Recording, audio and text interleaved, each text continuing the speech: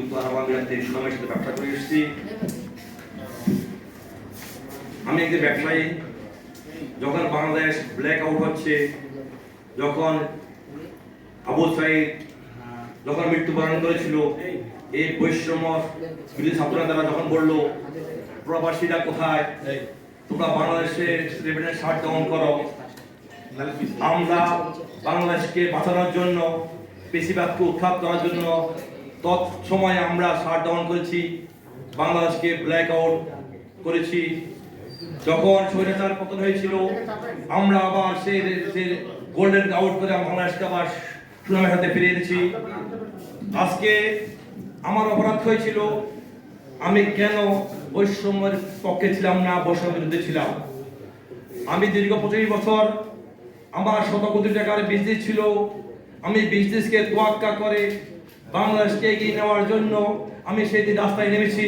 আমার দল বল সহপাঠী নিয়ে আমরা শুক্রবার ছিল তখন 19 জুলাই, আমরা সংযুক্ত আরব আমিরাতে 8টি জায়গায় আমরা লক্ষাধিক লোককে মিছিল করেছি।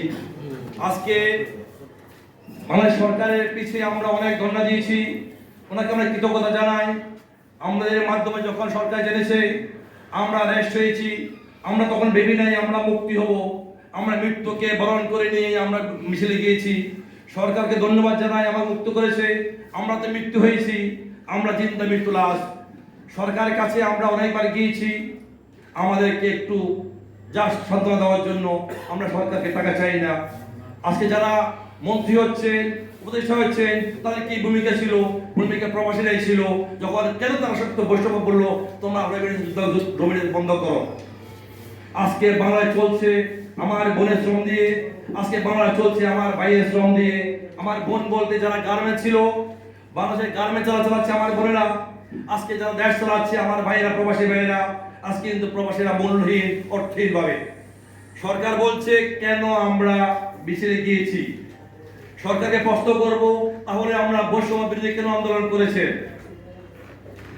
আমরা কেন মিছিলে গিয়েছি, কেন আমরা এটা বলতেছে। আমি সরকারকে চাচ্ছি, বিরোধীভাবে অনুরোধ জানাচ্ছি, আমরাকে জাস্ট প্রধান উপদেষ্টার সাথে সাক্ষাৎ করেন।